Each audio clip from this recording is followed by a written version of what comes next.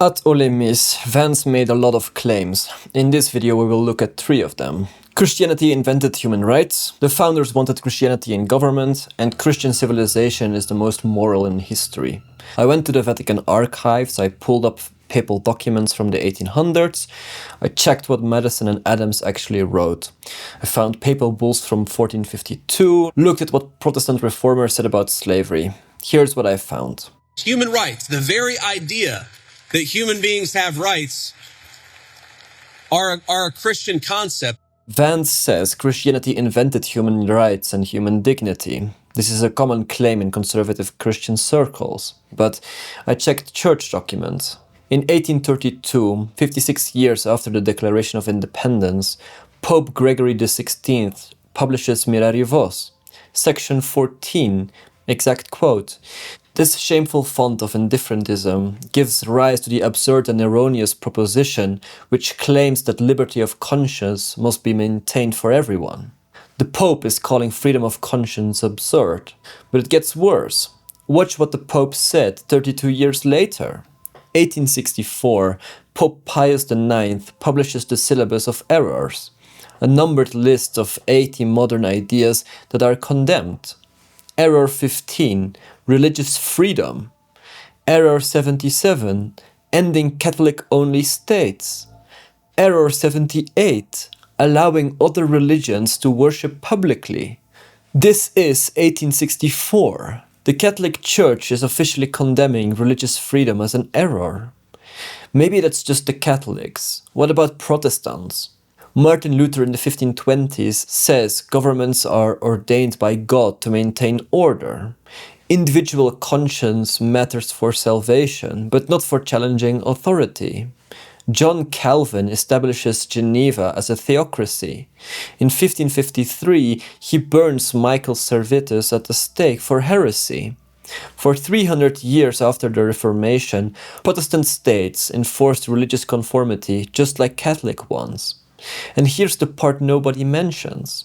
When does Christian human rights language actually show up? Historian at Yale, Samuel Moyne, he documented it. The phrase gets invented in the 1940s after World War II.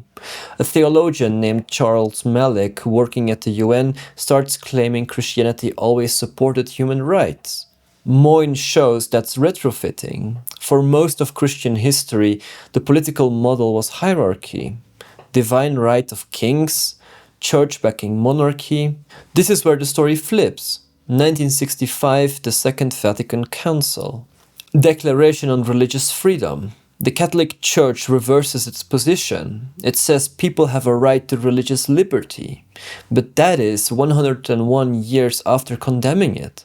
And almost 2000 years after Christianity began. Did Christianity invent human rights? Major churches were condemning these concepts in the 1800s. They changed positions in the 1900s after Enlightenment philosophy pressured them. That's not inventing rights. That's eventually accepting them. So, if churches opposed rights, what about the founders? When our founders talked about freedom of religion, they didn't mean you weren't allowed to say a Christian prayer in a public school or that you weren't allowed to talk about Jesus Christ in a public forum.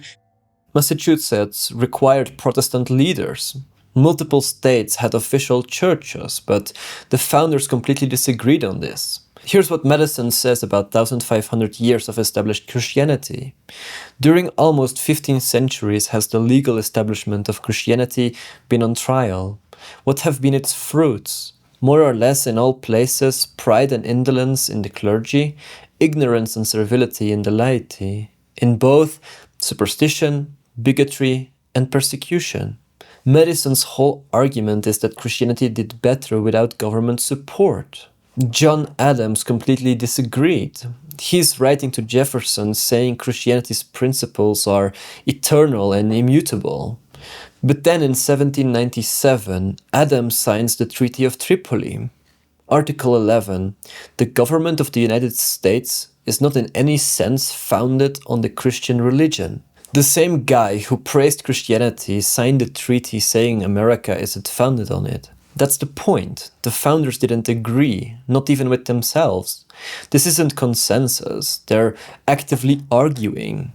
What does religious freedom look like in early America? 1844, Philadelphia. Catholic Protestant riots over which Bible version to use in schools. Over 4,000 troops deployed. At least 20 people killed. 1834, Charlestown, Massachusetts. Mob burns down an Ursuline convent. Mormons are expelled from Missouri in 1838. Joseph Smith is murdered in Illinois in 1844. In 1857, President Buchanan sends 5,000 troops to Utah. Historian David Sihat calls this the moral establishment. States using law to enforce Protestant Christianity even after official disestablishment ended. Did the founders want Christianity in public life?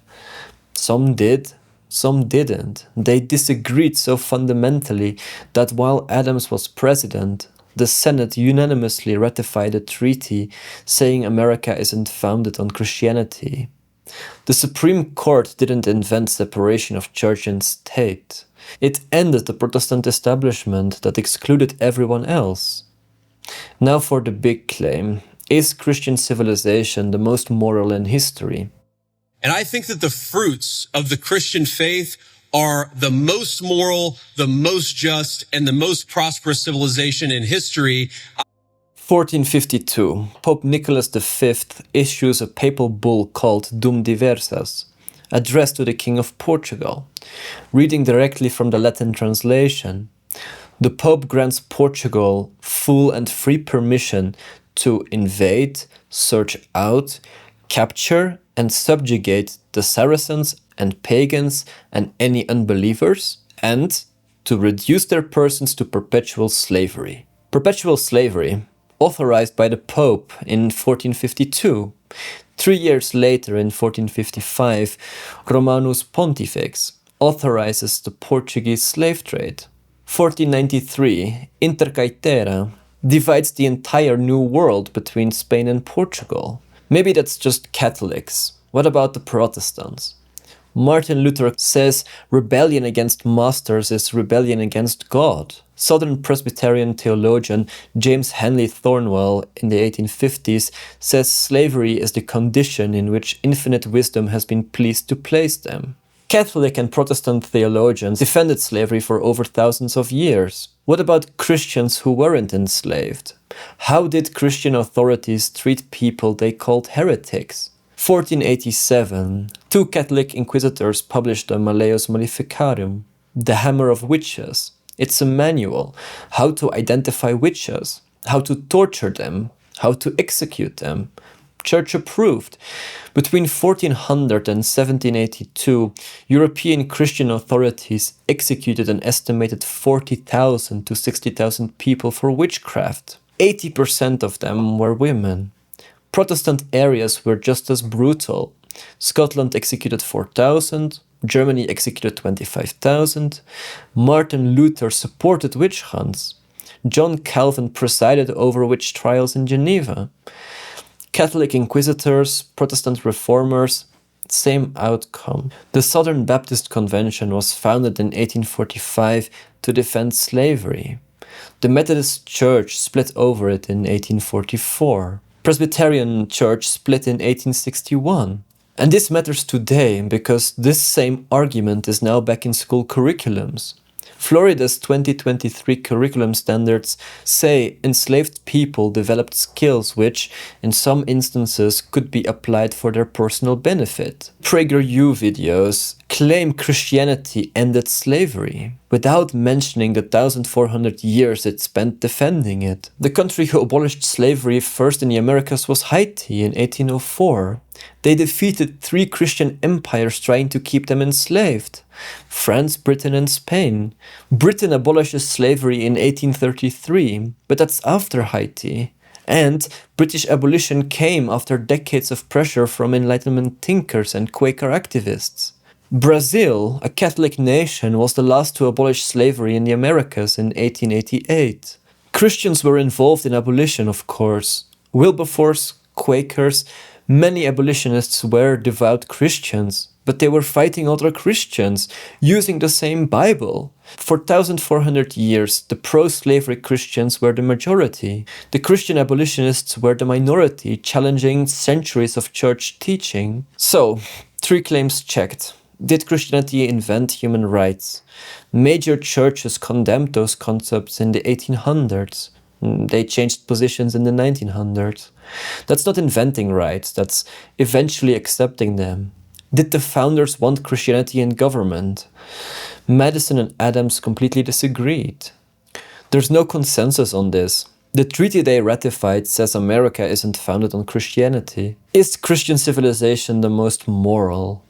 1,400 years of theological defense of slavery, papal bulls authorizing it, Protestant reformers defending it, 40,000 people executed for witchcraft using church-approved manuals, major denominations splitting to defend slavery in the 1840s. When you claim Christianity invented human rights and is the most moral civilization, you're teaching kids a version of the past that erases the majority Christian position for over a millennium. That's not education, that's selective history. In my previous video, I fact-checked J.D. Vance on colonialism. If you want more evidence-based debunking using primary sources, subscribe. Thanks for watching.